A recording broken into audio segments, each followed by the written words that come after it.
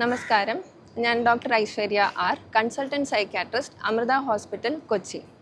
ഇന്ന് world sleep day. World sleep ഡേയുടെ തീമാണ് make sleep health a priority. ഉറക്കം നല്ലതാക്കുന്നതിന് വേണ്ടിയുള്ള ചില നിർദ്ദേശങ്ങൾ അഥവാ സ്ലീപ്പ് ഹൈജീൻ അഥവാ നിദ്രാശുചിത്വം എന്ന് പറയുന്ന ചില നിർദ്ദേശങ്ങളാണ് ഞാനിന്ന് പറയാൻ ഉദ്ദേശിക്കുന്നത്. ഈ ഡിജിറ്റൽ സാങ്കേതിക വിദ്യകൾ കൂടി വരുന്ന ഈ കാലത്ത് പലരും ഫേസ് ചെയ്യുന്ന ഒരു പ്രശ്നമാണ് നല്ല ഉറക്കം കിട്ടാതിരിക്കുക. നല്ല ഉറക്കം കിട്ടാനുള്ള ചില നിർദ്ദേശങ്ങൾ പറയാനാണ് ഞാൻ ഉദ്ദേശിക്കുന്നത്. ഒന്ന്, എല്ലാ ദിവസവും ഉറങ്ങുന്നതിനും എണീക്കുന്നതിനും ഒരേ സമയം പാലിക്കാൻ ശ്രമിക്കുക.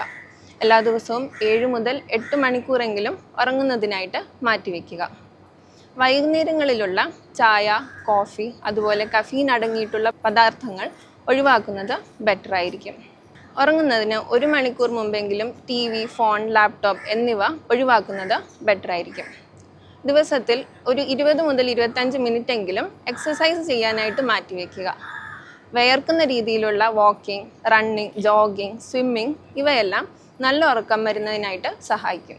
ബെഡിലിരുന്നു കൊണ്ട് ഫോൺ ഉപയോഗിക്കുന്നത്, ലാപ്ടോപ്പ് യൂസ് ചെയ്യുന്നത്, TV കാണുന്നത്, ഫുഡ് കഴിക്കുന്നത് എല്ലാം ഒഴിവാക്കുന്നത് ബെറ്റർ ആയിരിക്കും. ബെഡ് ഉറങ്ങാൻ മാത്രമായിട്ട് മാറ്റിവെക്കുക.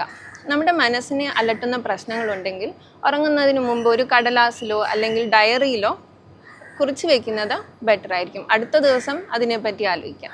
നല്ല ഉറക്കം കിട്ടാതിരിക്കുന്നത് നമുക്ക് ജീവിതശൈലി രോഗങ്ങളായ പ്രമേഹം, കൊളസ്ട്രോൾ, ഹൈപ്പർ ടെൻഷൻ, അതുപോലെ തന്നെ മാനസികമായിട്ടുള്ള പിരിമുറുക്കം, ശ്രദ്ധക്കുറവ്, ക്ഷീണം, സ്ട്രെസ് ഇതെല്ലാം കൂടാനുള്ള കാരണമായിട്ട് മാറും.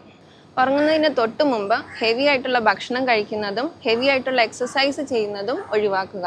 ഉറങ്ങുന്നതിന് 2 മണിക്കൂർ മുമ്പെങ്കിലും ഫുഡ് കഴിക്കുന്നതാണ് എപ്പോഴും ഡോക്ടേഴ്സ് നിർദ്ദേശിക്കുന്നത്. പകലുള്ള ഉറക്കം ഒഴിവാക്കുന്നത് നല്ലത്. അത്യാവശ്യമെങ്കിൽ 30-45 മിനിറ്റ് ഉറങ്ങുന്നതും കുഴപ്പമില്ല.